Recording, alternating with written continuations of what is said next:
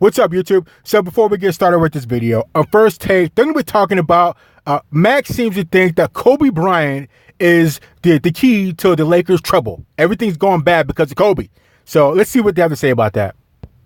I think Kobe Bryant is ruining the Lakers. I think he's been ruining the Lakers for about almost 10 years, since that contract extension, going back 8 years already. I think he is essentially running the franchise. He doesn't mean to ruin the Lakers, but I think that's what's happening. Let's go back to his contract extension. Everyone points to the Chris Paul deal being scuttled as the downfall of the Lakers. Let us not forget, Kobe Bryant was already on the downside before the Achilles injury. He was no longer the best player in the league or one of the 2 or 3 best players in the league. Then his Achilles goes, and before he ever is seen on the court again, Jeannie Buss gives him a 2-year extension. Anyone who knows anything about basketball is going, you're out of the Kobe deal. Now, by the way, there's not this dark cloud over the franchise because he's too rough on the younger players or he needs the ball too much or he takes up too much of the salary cap. You're done. Here's the... wait, what? You extended Kobe Bryant at $25 million? You don't even know how he's going to play. And it turns out, not very well anymore. He had that 60-point game, last game of his career, but he was not a great player for the Lakers when he came back. In fact, he was a bad player. Took a lot of shots, was very inefficient, couldn't play defense because he was old and he was coming off an Achilles, right? So wait a minute, Max. For one thing, Kobe Bryant's been retired for 2 years. Okay, and maybe if you want to talk about money being spent, it might have set the Lakers back a little bit a couple years ago because they gave Kobe a little bit more money than they probably should have, but they took care of him because he's an OG with the team.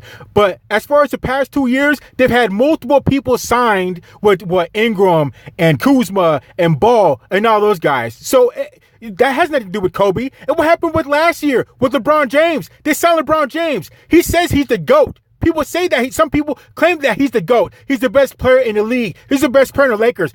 So what is Kobe Bryant coming to play with doing the season from last year and the year before that when he's been retired? So somewhere Kobe Bryant sitting in a bench on a chair somewhere like Dr. Claw and he's controlling everything? I just don't understand where Kobe Bryant fits into all of this. And he's not even a team owner. He's not a manager. He's nothing. So he's controlling Jeannie Buss, the owner. He's controlling, he controlled Magic Johnson, supposed to be the president. I mean, he controlled Luke Walton. I mean, it just doesn't make sense. Kobe Bryant's been gone for 2 years. He might pop up every now and then, but doesn't have any type of control. So let's keep going. How did he get that extension? How did Kobe get that extension? He happens to be close with Jeannie Buss. In fact, when Jeannie fired Jim, she had to lean on people close to her. Well, Kobe Bryant was one of those people. Then all of a sudden, Rob Pelinka gets installed as the GM of the Lakers. Pelinka is a seller. He's not a buyer. He's an agent. He's not a GM. And Magic Johnson, as Stephen A. points out, is inexperienced. What's Pelinka doing there? Also inexperienced. And then when Magic wants to get rid of him, he can't. What is the power backing Pelinka? What's the power backing Pelinka? Why did Kobe get the $50 million extension? Kobe Bryant still has enormous influence on the Lakers. And despite intentions, it has been a destructive force in recent years. Yes, Kobe Bryant does have some type of influence because he's a major player in a Laker organization because he's won rings. But you think he has more influence than Magic? More influence than Buss when she owns the team?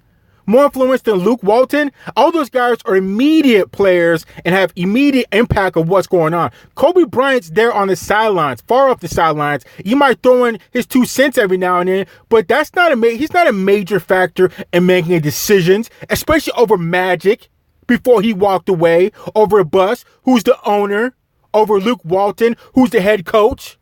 So, especially over LeBron James, who's been there, he's supposed to be the GOAT and the best player in the NBA.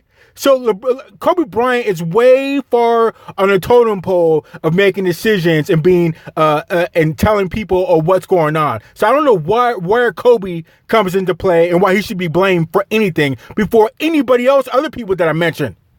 So let's keep going. I fear we're about to lose Jalen. Go ahead. Yeah, so a couple of things. Chomping at the bit. So is Dirk the reason why the Mavs aren't good? No, Dirk took an enormous pay cut today. They made sure that he got a chance to retire. My point is they made sure that he got a chance to retire with them.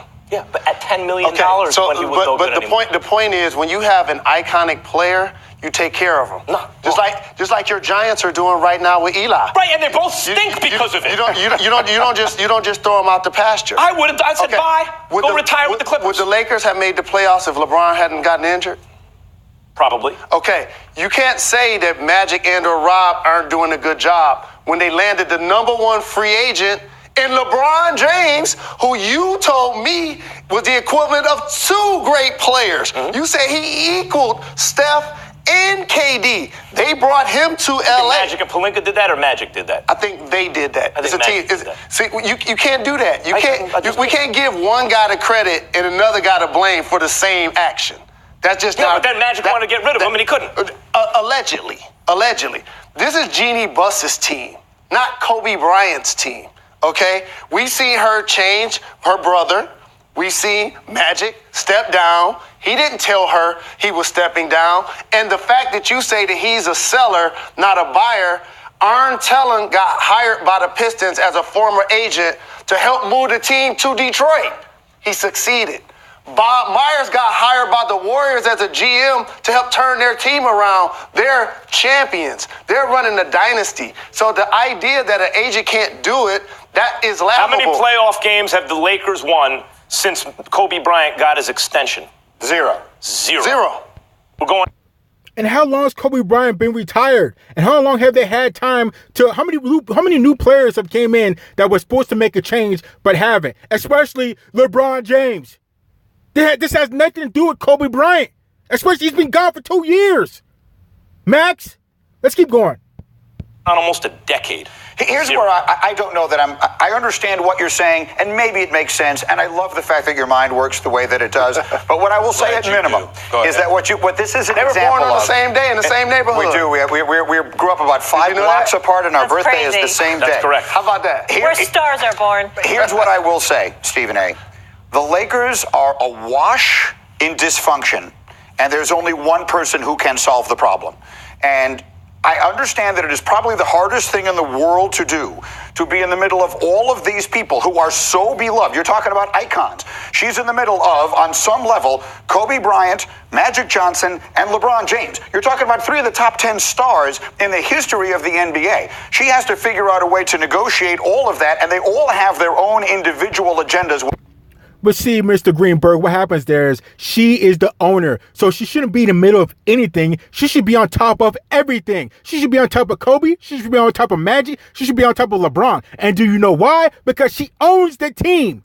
This is where I hate to say man up, but she needs to man up and start taking charge and start making some serious decisions, because there's no reason why she should be in the middle of all these guys scuffling. She should be in charge of everything that's going on. You're the owner, Miss Buss. Take charge, just like your dad did. So let's keep going.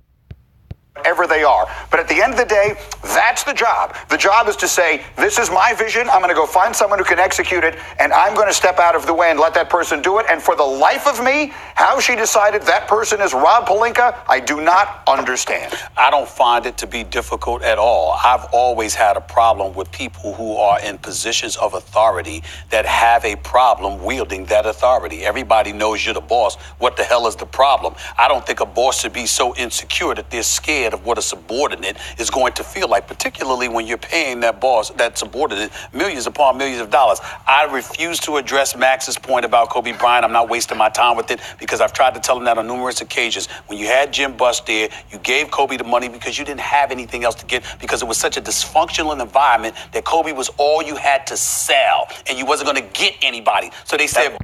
Exactly. And there was nobody else to help Kobe to do anything, so it doesn't really matter. You might as well pay him off and rebuild after Kobe's gone. So whatever. But let's keep going. And also, where was Max saying all this last year or the year before that? How Kobe's the one, he's the main one, he controlled everything. What was that last year, Max? Or the year before that? Or the year before that? So let's keep going.